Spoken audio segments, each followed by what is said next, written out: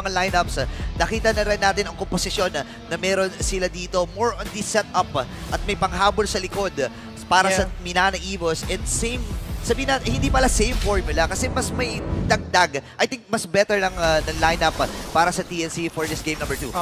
Mas well-rounded again. And ito yung sinasabi natin kanina, no? Na kapag well-rounded yung lineup mo, hindi ka lang very reliant in a specific context in the game. Meaning, meron kang for early, meron kang for mid, meron ka ding for late game. That way, mas nagiging balance out yung mga early skirmishes up until the late game. Oh, para lang yan sa sa pagkain. Kailangan mo ng go. Diba? Gil, doon ka Para sa maging far away. well-rounded ka din. Ano nga tawag doon? Nakalimutan ko. Yung glow, food. Basta yun. Oo, basta, go food, grow food, glow food. Tama, pero... Tama naman. Pero simulan na natin ang bakbakan TNC and Minana. Ano ba ang mga kapansin ba? Okay, Foreman pala, agility muli. Same, no? Parang ganun din kanina. Wala, actually, parang ganun din naman yung heroes na, Fusion diba? lang yun na iba. So, Yun. mabilis talaga ang bet. Pabilisan, ultra fast ang ating aasahan para sa TNC and Minana Evos.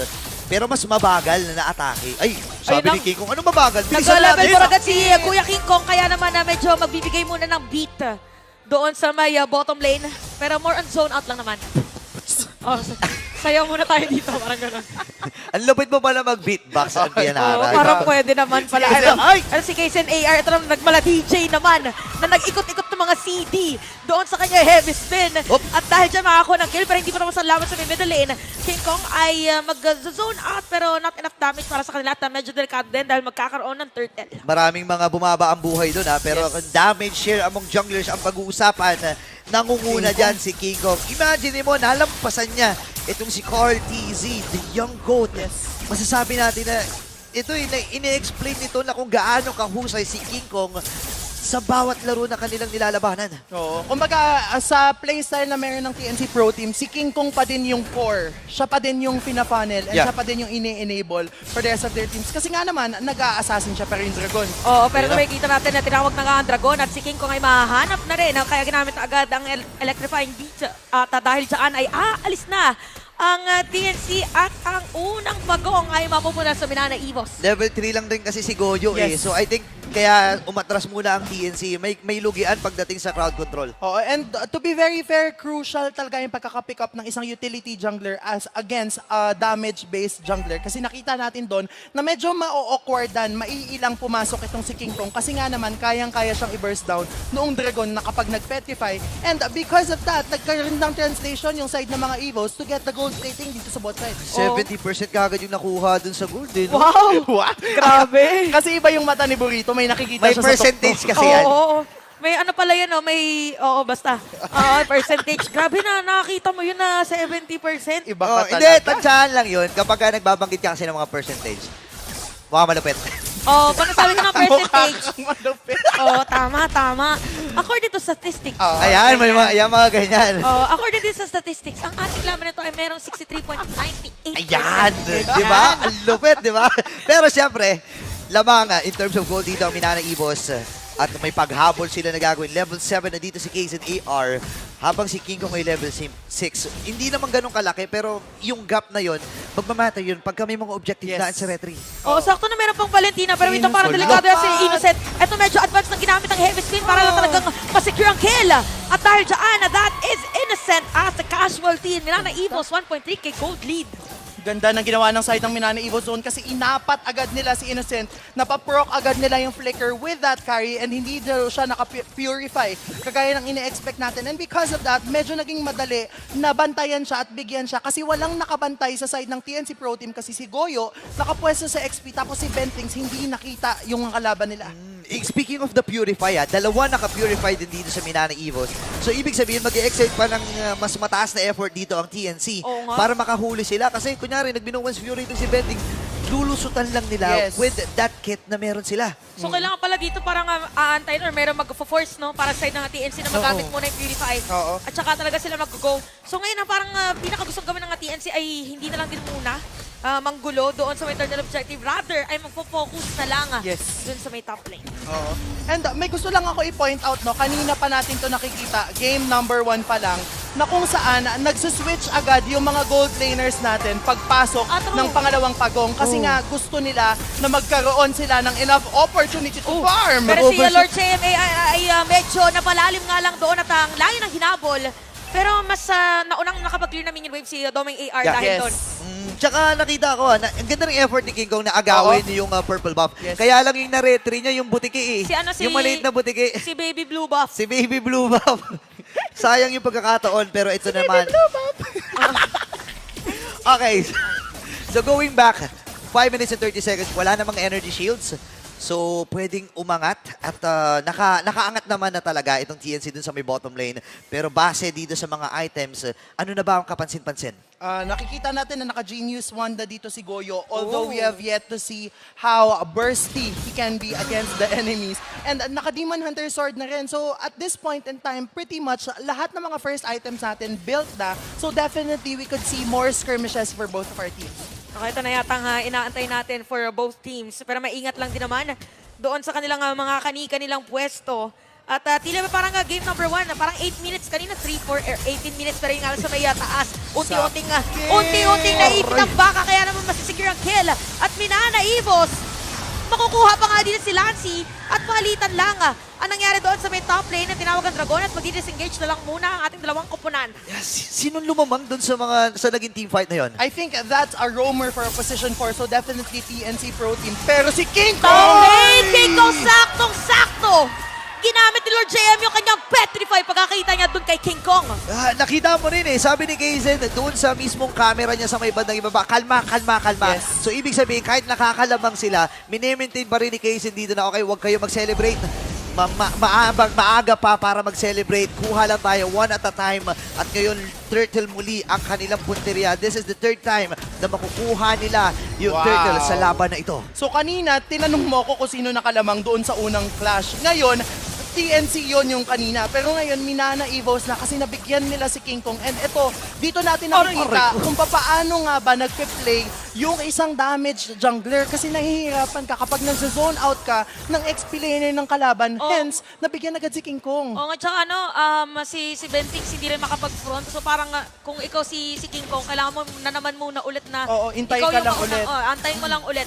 But yeah, makita natin, ang sakit na agad ni Doming AR. Oo nga eh, parang napapaaga yung late game insurance para dito sa Minana Evos. Hindi ko alam kung mag-agree kayo sa akin pero isa kasi yung Minotaur, yung downside nito, ito yung mga traditional tank na medyo malalambot eh. For example, Atlas, 'di ba? Atlas medyo malambot na rin. Unlike sa ibang mga sa ibang mga setter tanks na nasa na pwedeng available, pero kasi gusto nilang sumabay doon sa healing na plano ng Minana Evos kasi alam na nila, nababasa na nila na pupunta pa rin sila dun sa mga Rafaela, sa mga heroes na may healing. So, I think nag-adapt ang TNC pero parang kailangan nilang humabol dito kasi ang laki na ng kalamangan, oh. Oo. 6.7k gold na for Doming AR. And ito talaga yung continuously nakikita natin. Grabe mag-farm ang isang Doming. And with his Claude, sobrang naging efficient yon come the late game. Kasi hindi siya nabibigyan agad ng kanilang mga koponan. Kaya kung titignan natin ang item niya, meron na siyang Demon Hunter Sword as well as Golden Staff. Tapos pa-build na yata yung Malefic Roar niya. Tapos tinatantar pa niya kung kailangan na niyang mag-build agad ng Wind of Nature. Tsaka 7k na yung... Oh, wait lang, sa middle lane. Ay! Si Lance AR ang makukuha doon. Habang si Lord Sakit JM na AR. Doming! Nakapunahita natin si Doming AR sa middle Gedlet. Saktong-sakto na naman ang BMA out. Kaya alis na lang din ang TNC. Ay, grabe. Sobrang clutch ng mga BMI out dito ni ni Doming AR. Tulong-tuloy. And kapansin-pansin din, tinignan natin yung mga items. First item pala na Flash of the Oasis dito si Spider-Miles. Oo. So kaya pala may mga may additional na na HP na nababalik doon sa kanyang mga kasama. Ajay ay nandun. Pero nandito yung flicker ni Bentix. Ito na si Bentix with a set of play. Ginamit na sabay yung Purify na sinasabi kanina. Kaya naman King Kong sa sakto na doon. Pero may ginamit na heavy spin. Kaizen AR medyo napalalim yata. Kaya 2-3 players na Minana mag-try. Nakuha ni Cha! Pero napakagandang basketball play dahil napakagandang sidestep. Kaya TNC ngayon, sila yata ang unang pupwesto pero Minana Evos hindi hindi lalayo dahil Goy gagamitin na ang rough waves at makakatakas pa nga. Kakalma lang ng bahagya pero nararamdaman na rin yung damage dito ni Doming AR. Yes. Hindi available yung kanyang Purify. So go signal ito para sa TNC na lumaban.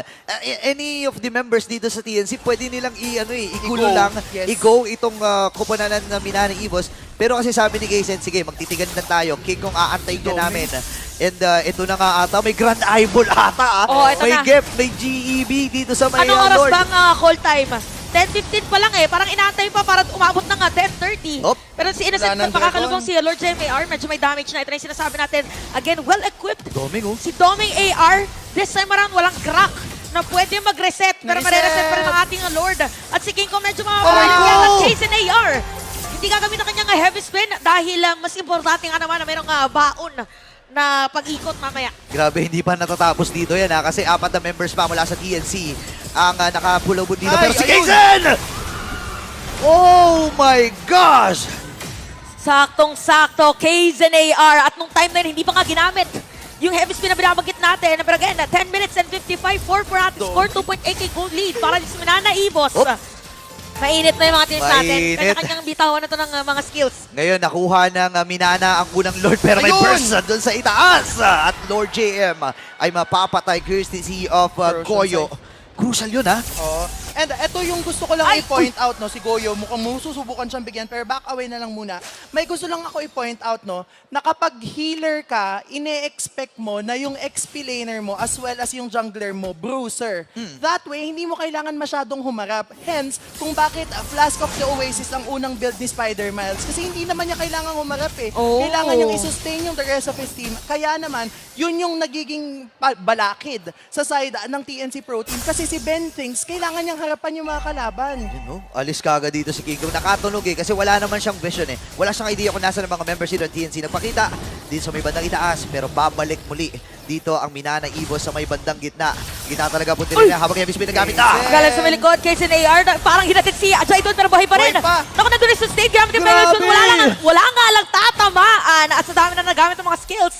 Alis na lang muna mga players natin. Pero minion waves sa may top lane or bottom lane rather ay nakaangat para sa Minana Evos. Ang hirap hulihin ni Doming rito ah. Madulas, boss. Grabe, kasi naka-purify pa siya. Tapos yung BMI niya, tapos unti-unti na niyang binabawasan si King Kong pero gusto makipagsabayan ni King Kong. Pero back away na lang muna again. Going back to our thought, ang ganda kasi ng ginagawa ni Doming AR, hindi siya masyadong humaharap sa clash, which is what you would expect coming from a gold laner. However, lagi siyang on time kapag kailangan na siya ng damage output. And nakikita natin na kung kanina meron siya mga masasabi natin careless na pagpasok with this Blazing Do It, hindi na natin nakikita yun ngayon. Tsaka kapansin-pansin dito na si King Kong even though na Damage. assassin yung kanyang hawak, damage receive, siya talaga ang nangunguna kasi alam niya na masusustain naman niya Yes. no dahil doon sa healing na nakukuha niya or yung regeneration na nakukuha niya every time na umaatake siya at Lance AR. Ito na yung Sakit panahon ni sabi niya, Lance. sawa na ako, ayoko nang hawakan yung ultimate ni Goyo. Gusto ko ultimate na ni Bentigs. Okay, buti na lang merong medyo konting space nung moment na yon na dahil flicker nga pala ang spell ni Innocent ko nagkataon ipit talaga. Oo. Ang ganda do ng ginawa doon ng Evos because that way wala nang walang dalawang flicker coming into the second lord of the match, which means go signal yon for the side of the Evos to close in on both Innocent and Ben Things. Yeah, lagi mong titingnan din kung saan nilalapag ni Doming AR dito yung mga niya si Dexter. Oo. 'Di ba? Lagi niyang nilalapag kung saan safe zone. No, lagi niyang tinitingnan na baka mahuli ako dito, baka tingnan nila or abangan nila yung yung Dexter na ilalapag ko. Oo. And may kita natin na TNC yun yung kailangan nilang hanapin yung pagkakataon na humabol si Doming sa mga magiging teamfight at abangan yung mga plano na yon. TNC and Minana na may sayawan na namang nagaganap. Ajay at itong si Kaysen nakikipagtitigan lang dito sa Lord. Ito na naman yung ating matutunghayan and Spider-Mice nakita na doon sa may taas ng damuhan. Oh, first check on first check. And si Domi kasi parang mabilis lang din naman makakahabol talaga Oo. dun sa may team fight. Pero ngayon Uy, mag-move reverse. forward ang TNC at sisublan na ni Innocent at mukhang bibilisan na kaya na. Ginamit na dito ang penalty zone at Uy. siguro pa nga na Minowas Fury. Saktong-sakto para sa TNC. At Innocent makakuha ng Blazing kill. duet! Pero ito na si Domi with a blazing duet sa harap ng mga players Aray. ng TNC kaya naman si Ben Things. And the rest of TNC, mapipilitan na lumayo. Sila. Pero advance mag-isip, ginamit pa nga yung Cyclone Eye para sa lubungin. At na-corner dito ang Phoenix Army laban sa apat na mga players ng Minana Evos. Push yan! What a game para dito sa Minana Evos. Lord ay sasamantalahin na nila at bibilisan ang pagtumba rito. Available pa yung catapult. Medyo malayo yung mga minions nila pero buhay pa rin ang TNC. Defable pa yata. Pero kung babalikan natin yung naging skirmish doon, yes, nakuha ng TNC yung pangalawang Lord natin of the match. However, ito yung sinasabi natin na crucial lagi yung pagpasok ni Doming AR with his Blazing Duet na kahit nabigyan na si Kaizen doon, eh nung pagpasok niya ng Blazing Duet, alam niya na wala ng spells na makapag-stop doon sa Blazing Duet niya. After that, nung nagkapag-dish out na siya ng enough damage output, Nagalit, wait lang, pero buhay pa si Lance Air. Pero ganun nakataas yung damage ni King Kong AR. Okay, Sabi niya, Cooler JM. sige ako na lang gagawa ng play para sa akin. Kaya naman dito si Ajay at si Bentings ay magbibigay lang ng vision. Kanina, di ba, ito. Serious question to, I mean personal question pala. go. Kung problema ng TNC, yung Claude, paano ba nila kukontrahin si Doming AR? kailangan lang nilang makita kung saan manggagaling si Doming AR and mapaproc agad yung kanyang Purify. Kasi nga naman, wala namang defensive item pa si Doming AR in this specific matchup. So essentially, kaya siyang i-burst down ni King Kong na naka-pure damage right now. No, tsaka kita mo rin yung commitment ng TNC. Hindi nila hinahayaan na mabasag yung gitna. Ngayon lang actually nabasag dahil nga sobrang liit na ng buhay nun. So ang Minana Evos kahit papano ay may makokontrol na space pagdating doon sa may gitnang bahagi na kanina sobrang hirap sila hindi sila makatulak basta-basta Ang di ba? sakit din ni King Kong. O yeah, dumaan si Spider Miles AR dun sa may bandang yun, walang tinamaan ng first kill. So baka hindi nila alam. Wala silang idea. Wala silang idea. Wala silang idea rito. Ajay ay nagpapakita. Malamang sa malamang ay mababasag na itong top lane Alam na turret. nila. Akala ko may mag-whisper ng Research World Manila. Bigla magugulan. Pero wala eh. Nagpakita yan eh. Pero ngayon, aray ko po. Sakit. Grabe naman yung mga normal hits dito ni Doming AR. And yung Torre dun sa may bandang ibaba. Ayan na, Atita. Gahibla na lang pala ng buhok. Pero may setup palang gagawin. Okay, nakapag-flicker out nga lang dito si Bentings. Lord JMAR with that Black Dragon form. At si Goyo nakatago. Uy! Nakikita ba nila kung saan Penalty magagaling zone! pero ginamit ang penalty zone. At napakasakit ng damage dito ni King Kong at TNC. Unti-unting kukuha ng kill. Si Goyo! At si Goyo from the back with the drop waves. At TNC ngayon makakakuha ng 3 kill. Buhay pa ang 5 members mula dito sa Phoenix Army. 5 seconds para sa Lord, pero parang hindi na yun ang kanilang punteriya. Pababagsakin na yung Torre dito sa may bandang gitna. Isusunod na ba yung pangatlong Torre rito? Unti-unti bumababoy si Doming, ay mahipit pa! Okay, nasira ito sa may Blazing Duet! At dahil dyan, ginamit pa nga dito shutdown against Doming AR. At mukhang wala na dead defense para sa side ng Minana Evos, pero walang minion wave.